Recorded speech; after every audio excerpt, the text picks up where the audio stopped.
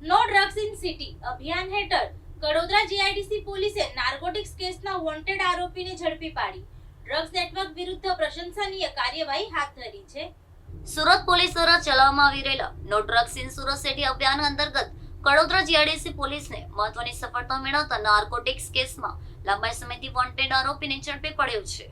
યુવાધન અને સમાજને ડ્રગ્સના દૂષણથી મુક્ત કરવાના ઉદ્દેશ્યથી પોલીસ વિભાગ દ્વારા સઘન ઝુંબેશ ચલાવવામાં આવી રહી છે, જેના ભાગરૂપે બાતમીના આધારે આ સફળ કામગીરી કરવામાં આવી હતી.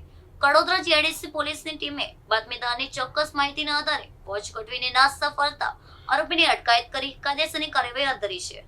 ડ્રગ્સ નેટવર્ક પર કડક પ્રહાર કરતી પોલીસની આ ત્વરિત અને પ્રશંસનીય કામગીરીથી અસામાજિક અને નશીલા પદાર્થોની તસ્કરી કરતા તત્વોમાં ભારે ફાળ પડી છે. પોલીસે પકડાયેલા આરોપીની પ્રાથમિક પૂછપરછ હાથ ધરીને આ સમગ્ર ડ્રગ સપ્લાય ચેઇન સાથે જોડાયેલા અન્ય સાગરીતોની પણ માહિતી મેળવવાના ચક્રો ગતિમાન કર્યા છે.